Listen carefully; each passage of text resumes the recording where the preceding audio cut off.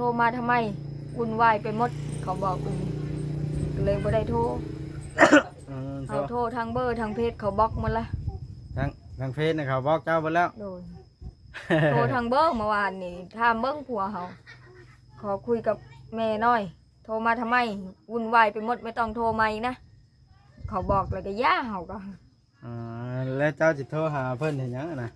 โทรเล่นนี่แหละไปโทรเล่นซื่อเนาะโดยเพิ่งแล้วเลยโทรโอ้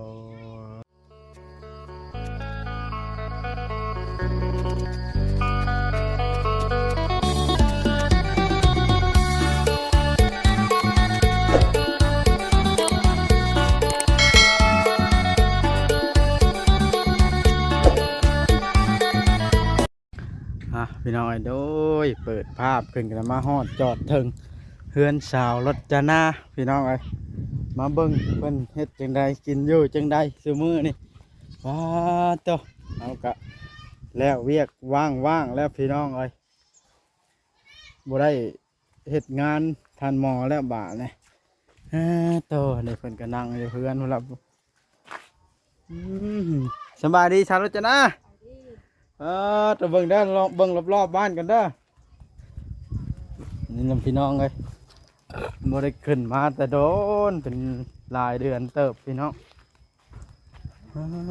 โตมาเบิ่งน้ำสร้างยังซักได้อยู่บ่เนาะนี่ยังใช้ได้บ่อันนี้โอ้คุ้มมะลินี่พี่น้องน้ำสร้าง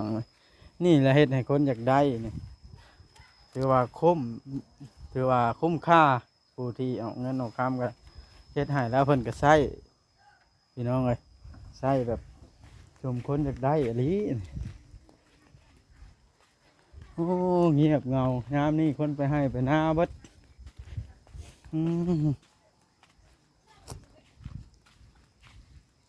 ไปขึ้นไปคุยไปโอ้ล้มกับชาวรจนาซะก่อนพี่น้องเพิ่นอยู่จังใดกินจังใดคู่มื้อนี่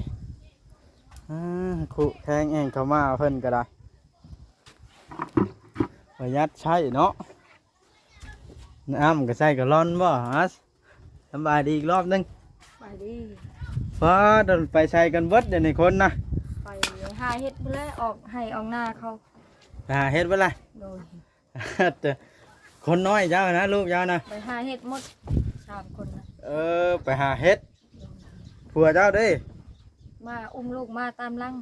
อุ้มลูกมาแต่นาสร้างเป็นถ้าถามรจนาวันเฮ็ดพ่อไม่ได้ออกลายว่าเสมอนี่ออกลายกับท่านคนเขาไอ้คนยังไงนักตาเนี่ยเฮ็ดเพาะโอ้นี่พี่น้องคนได้เฮ็ดเพาะไผ่จะเอามาเนี่ยเฮานี่แหละ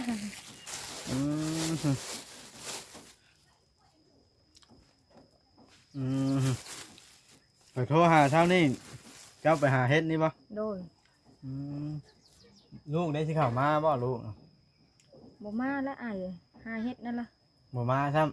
ำไปได้ข้าวน้ำซ้ำปลาคู่มือนี่ค่ะเราจะนะบ่ได้มีได้ให้กินได้ใช้ใช่เมื่อวานก่อนนี่แม่ย่าให้กระยังนึงกระยังนึงในแบบไรกระต้านะบ่โดยแม่ย่าเจ้าน่ะปั่นน้อยนึงบ่ได้กินเนาะเบิดนั่นได้ที่เอาใช้บ่มีเลยเจ้าคือจ้อยนะฮะเจ้าจ้อยแล้วเฮาเฮ็ดเวียดปลูกมันแหนบชังทางชักยาคุมบ่ถึกเฮาก็จ้อยเลยชักยาคุมบ่ถึกโดยเอ้าเสียงไว้เอ้าบ่วังมาแต่นะกับคนน้อยสบายดีสบายดีเจ้าเป็นอะไรเรื่องราวผัวคือว่าไปไทยบางหนึ่งนี่แล้วเป็นอะไรคือมาเอาบ่สบายนั่นแหละกินเห็ดเมาใช่ส่งคนเห็ดพอเนาะว่าไงหลายได้ข่อยซื้อเอาได้บอกลูกเจ้าหามาได้เห็ดพอหนังครับบุทันคนเนาะบุทันคนเป็นไรบ่วังคือว่าอยู่ไทยพุ่นเป็นไรคือมาเล่าให้ฟังหน่อยกว่ามาให้พอลูกเมียผู้สบายบุยไปดูแลจะกลับมาสาเหตุตัวนั้นเนาะอย่างเข้ากับบุมีกินแน่ทางเมียในทางลูกไงลูก2 คนน้อยแล้วก็แม่ ม่ก็เป็นใครบุ้ยไฟเบิ่งเมียบอกให้ พากันจ้อยทั้งผัวทั้งเมียเนาะเดี๋ยวนี้นะ เฮ็ดชวนมัน อืม เอาทางชวนมันก่อน เป็นน้ำสวน แล้วย่าเลยแล้วว่าแผนการไปทำงานอยู่ไทยบ้านนะ บริยานะแล้วก็เร็วเขาเร็วน้ำไป สิเฮ็ดนาบ่ไปนี่ก็ได้ ว่าจะเฮ็ดให้ได้ตากระสับตา อ่า เราไปทำนาน้ำต้น แล้วลูกผู้สามคนนั่นแหละไปหาเฮ็ดเดี๋ยวนี้ มาเฮ็ด เฮ็ดนา โอ้ เมื่อวานก็หมดมือใจโลนึงโลไปนี่แหละ หาเฮ็ดไปขายบ่ โดย สร้างเป็นแค่บาท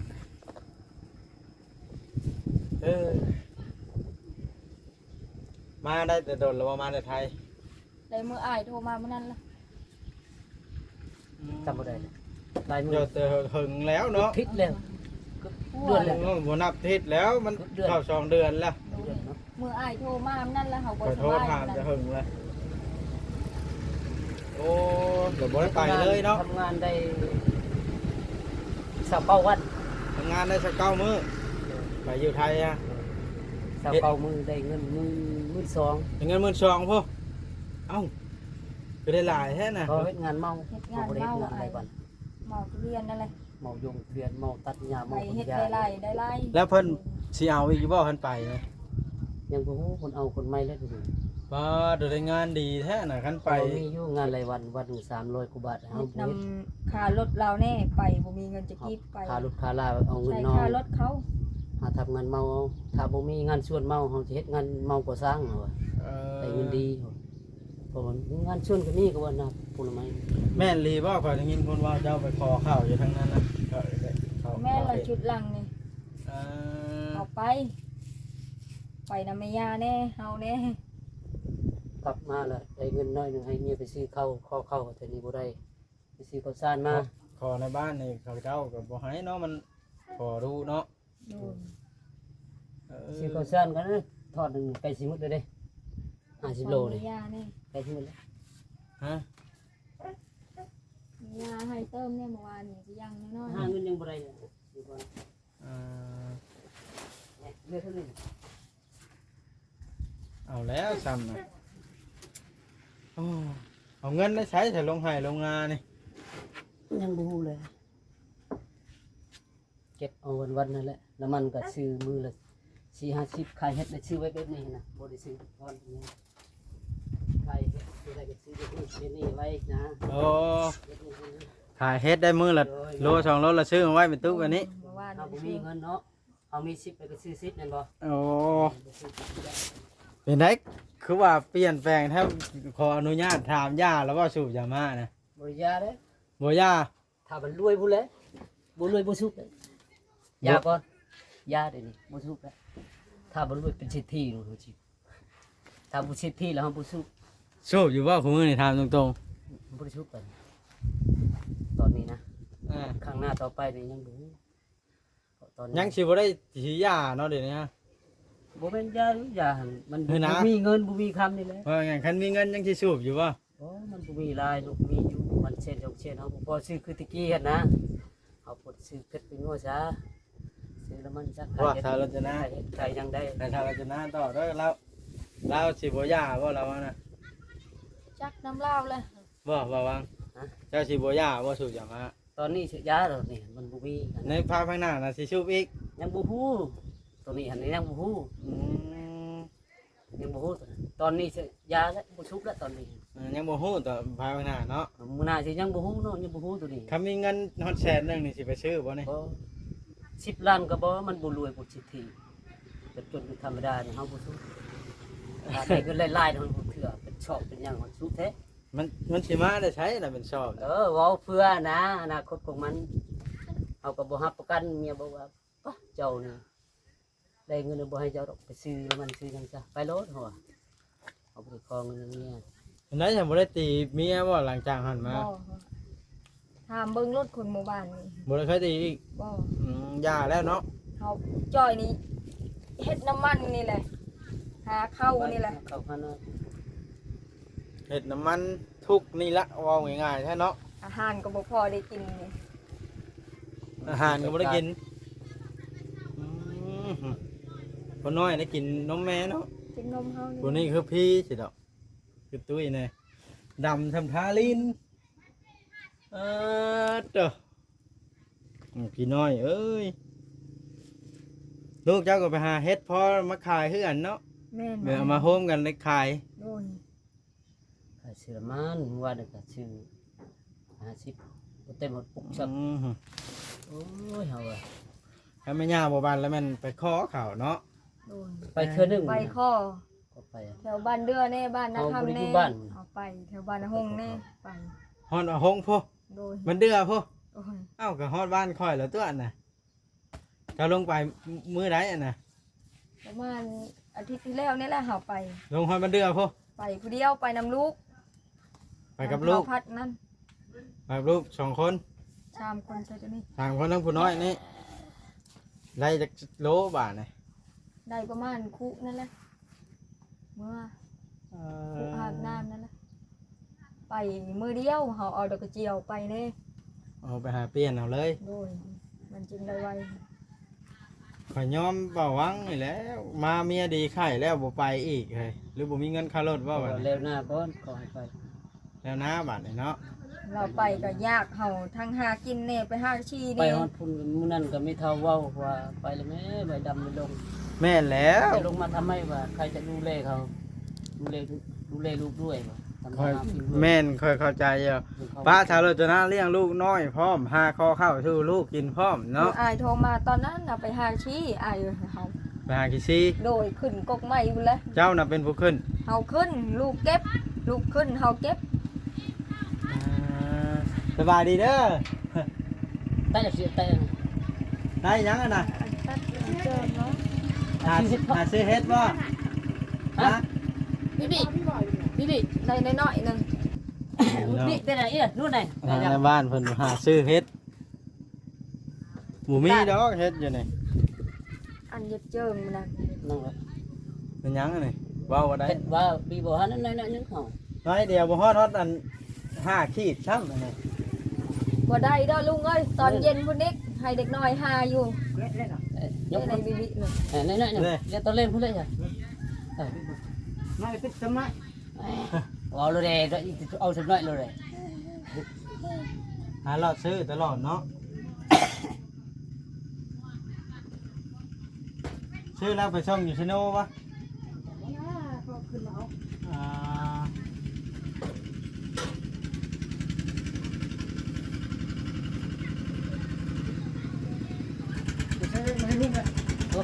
เทไปพี่ใหญ่ แต่น้อยเดียว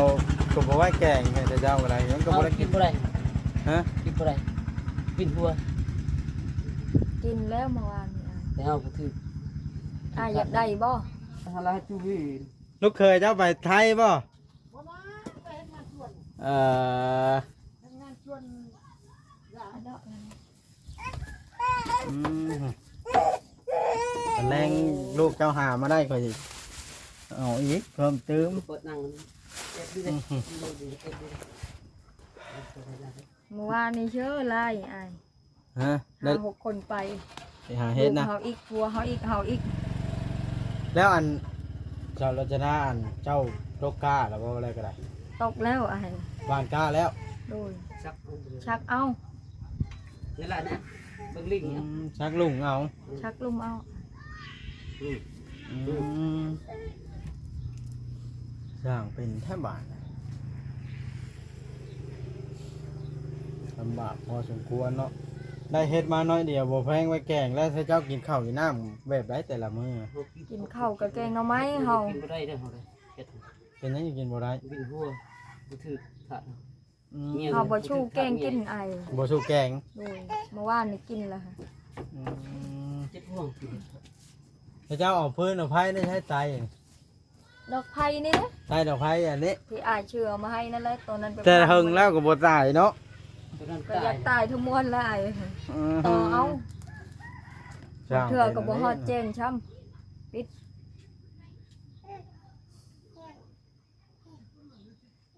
ตื่นมาแหละแต่ละมื้อน่ะไผ พากันออกหน้ารถบ่คุมือนี่ ชวนมันนี่เด้อ ไป เออ ไปคู่มือเมื่อเช้านี่ก็ต่อยกระดึกเอาไปยันบ่ทันเขาไปหาเฮ็ดก็ได้ อ่า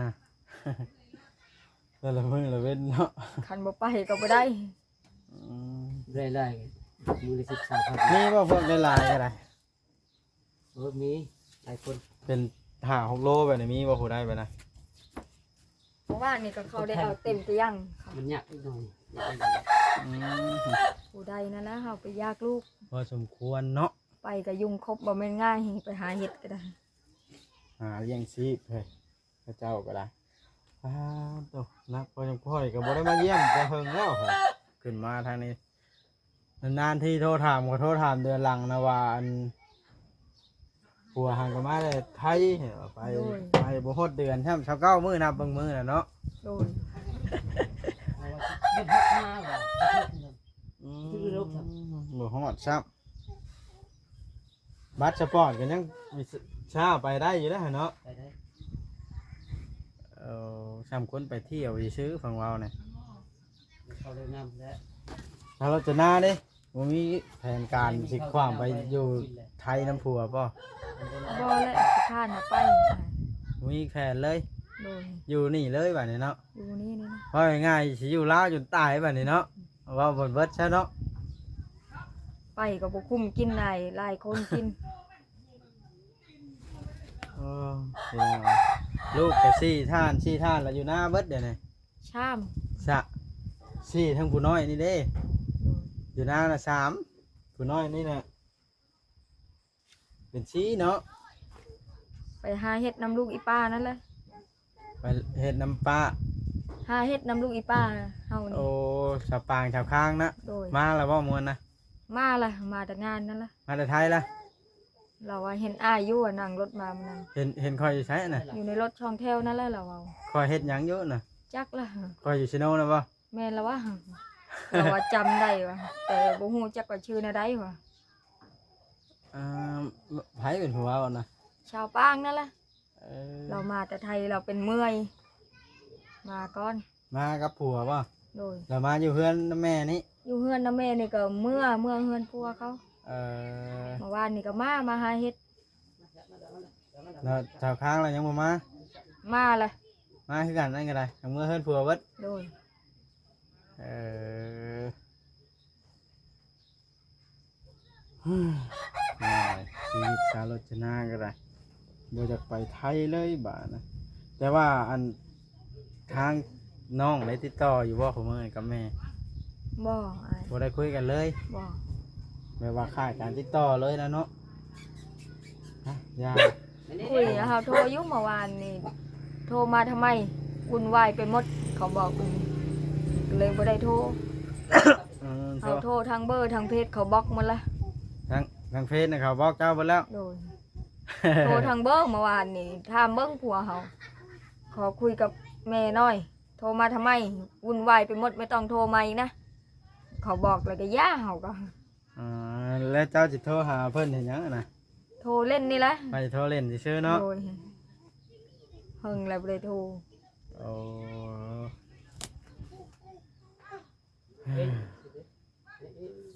หนักใจพอสมควรเยอะจ้ะเนาะนี่แหละสารรจนาเอ้ยคนเฮาทุกเพิ่นบอกว่าได้มีเพิ่นบอกว่าพี่น้อง โดย กะยาเพราะว่าเฮาทำผิดต่อเพิ่นแต่ทำผิดเนาะเฮาอยู่พี่เขาอยู่กับลูกกับผัวมีความสุขอยู่ก็อยู่ไปตอนนั้นน่ะว่าสิข้ามไทยผัวตีจนว่านั่นแล่นจนว่าเมื่อยยังบ่ได้ข้ามเปลี่ยนใจเลยบัดนี้เนาะ แล้วนี่ก็เราบ่ได้ตีถามเบิ่งผู้บ้านต่อยแต่อายมาชงมื้อนั้นล่ะเราบ่ได้ตี บ่ได้ตีเลยเนาะ โดย แต่ว่าก็ให้กันอยู่ครับบ่ได้เคยตีจักเทื่อบัดนี้เนาะ โดย ผัวเมียมันธรรมดาได้นั่นเรื่องปกติให้กันน่ะ ทุกย่อนลกยามันนั่นแหละเฮาก็ได้ ปลูกลายบ่ บ่ไล่ปานใดแล้วอาย จักเฮกตาร์ ได้แล้วประมาณล้านป้ายนี่ล่ะ ล้านล้านแบบไหนน่ะคันขายนะบ่ โดย ใดๆคือทุกข์แท้ซะนะ ได้แล้วประมาณล้านป้ายถ้าเกิดมัน ขึ้นนั่น เป็นหัวให้นะ โดย อ่าสร้างเป็นลินี่เนาะเป็นส่วนนี่ประมาณจักเมตรคูณจักเมตร จักแล้วเฮาก็บ่ฮู้ขว้างเติบอ้าย ว่างเติบเนาะ โดย ประมาณ2-3ไหนานี่บ่คันเจียบ โดย ให้นะ ประมาณช่องชามให้หน้าน้อยนั่นน่ะ อ่า มันก็ได้พอชื่อเพชรแปลงนัวนี่แหละ มันเป็นหัวพุ่นได้อะนะ โดย จะเคิงบันไดแต่มันสิ แล้ว งาม เข้า ให้หรื แล้ อ ว เปล่า น้ำพุ่นละ อ๋อ ถ้าเกิดลกหญ้ามันทันลกหญ้าบ่ทันแล้วก็แล้วแหละบ่งามหัวมันบ่มี สิได้ลูกเจ้าบ่มาเนาะสิเบิ่งเลยหยาบอยู่ดำปื้อๆแล้วลูกเนาะ ใช่เชื่อคุณแม่ดวงเดือนเขาชื่อให้ปีนั่นแหละ แต่ข้าวนั้น จนขาดหมดแล้ว เก่าเบิดแล้วป่านนี่มัน โดย เหิงแล้วเนาะเกิบถือได้มีบ่คนอยู่บ่ ขาดหมดแล้วอ้าย บ่มีจักคน โดย พ่อกับแม่ได้มี มีอยู่ มีแต่พ่อกับแม่แล้วเนาะ โดย แต่ว่าลูกแล้วน้อยเขาเล่นเลยบ่ใช้เป็นได้ใช้น้ำสร้างบาดาลใช้ดีอยู่บ่ ดีอยู่อ้าย ยังใช้สะดวกเลยเนาะ โดย ก็ดีเลย รถทีบก็บ่เป็นใช้การหมดเลยพังหมดแล้วขึ้นไว้เฮือนไม่เท่าบุญ มันเก่าแล้วมีแต่เวียดแล้วบาดนี่ โดย ใช้เป็นผู้อื่นใช้บ่เป็นแล้วนอกจากเวียดนะรถถีบเพราะว่ามันใช้บ่ได้หึงอยู่แล้ว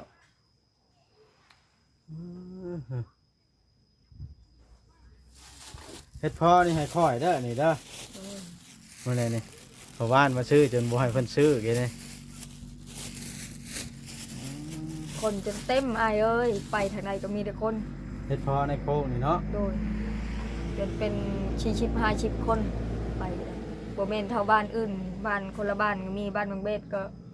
ห้า หลายคนเนาะ โดย เด็กน้อยช้ำลูกเฮาก็ไปห้า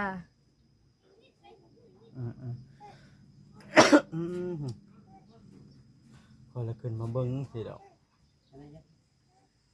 ป้าโตลูกก็ได้ป้อนหยังกินกับข้าวคนน้อยดำๆนี่ ป้อนช่างกินหน่อไม้หน่อมันนี่ล่ะเครียด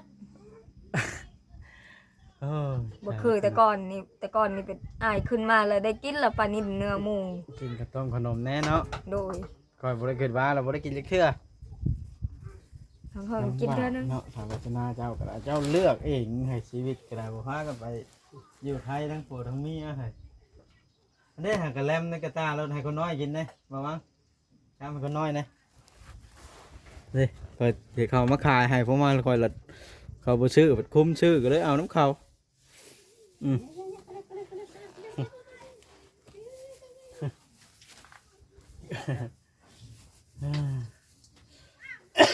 อาหารกินแล้วบ่ก็ไปคือตะกี้ โอเคตะกี้เนาะ ตะกี้ไปแล้ว มาจัง กลางเว้นนี่สิกินข้าวกับหยังนี่ แกงเครียดตอนเย็นนี่ เขียนมาได้ใช้นะ เอ้ยยังเพิ่นนี่ได้ชมกับตุ้มน่ะ เขียนโม่นะปะ โดย น่ากินมาก เออ นั่นก็เมียครบนะเฮ็ดไป อ่ะชั้นก็ถ้ามีคนใจดีชื่อนั่นชื่อนี่ให้แล้วข่อยสิมาใหม่เด้อ โดย ข่อยสิไปกันบานนะอ่ามาเยี่ยมมาอัปเดตเบิ้งบ่ได้เห็นแต่เฮิงแล้ว FC เพิ่นอยากเบิ้งชีวิตเป็นมาจังใดข่อยก็อยากเบิ้งคือกัน ตอนนั้นพาข่อยไปเช่าห้องให้อยู่ที่โน่ลั่งหยาบอยู่เนาะ โดย เป็นตาจะหัวขึ้นมาแล้วจังใดก็อยู่ดีไม่แห้งอย่างรจนาเลยสบายดี ไปดิ พี่น้องเลยทางรจนากับตอนนี้อึดเข่าอึดน้ำคือเห็นนี่แหละพี่น้องญาติพี่น้องก็บ่ได้ติดต่อกันแล้วกับอยู่ไทยติดต่อไปก็คือเพิ่นละเว้าหนล่ะพี่น้องเนาะเพิ่นขาดกันว่าง่ายๆถ้าจะไปไทยก็ต้องได้ไปหาทำงานอยู่ใครอยู่มันเนาะไอ้บ่ต้องยุ่งเกี่ยวกันนะว่าง่ายๆซะโอเคพี่น้องเลยถ้าท่านใดสนใจอยากช่วยเหลือสาวรจนาในด้านใดก็ยินดีเด้อพี่น้องตอนนี้เฮาก็ว่างเวียกแล้วเพราะว่าเฮาเฮ็ดเทือนท่านหมอแล้วพี่น้องเลยถ้าท่านใดอยากซื้อข้าวซื้อน้ำให้หรือว่าเป็นหยังของกินของอยู่ก็ ยินดีเป็นสะพานบุญให้พี่น้อยเพราะว่าชาวรจนากะจอยพร้อมหลายเห็นเด้ผู้มือนี่ผัวเพิ่นคือกันได้พี่น้องเอ้ยหั่นน่ะจอยแห้งโอ้พี่น้อยคันสิว่าเพิ่น สู้เวียกนักทีนี้ นั่นแหละจะว่านะคันว่าเพิ่นสูบเหล้าสูบยาผัดสูบนั่นได้พี่น้องเอาเงินมาได้ใช้เม็ดหนึ่งแบบแพงๆเจ้าผัดบ่ได้ไปทำงานรายวันบ่ บ่ อ่า มีงานอยู่นี่อัน บ่มีเนาะ ฮ็ดนี่แหละ มีแต่หาเฮ็ดขาย เออ นั่นล่ะ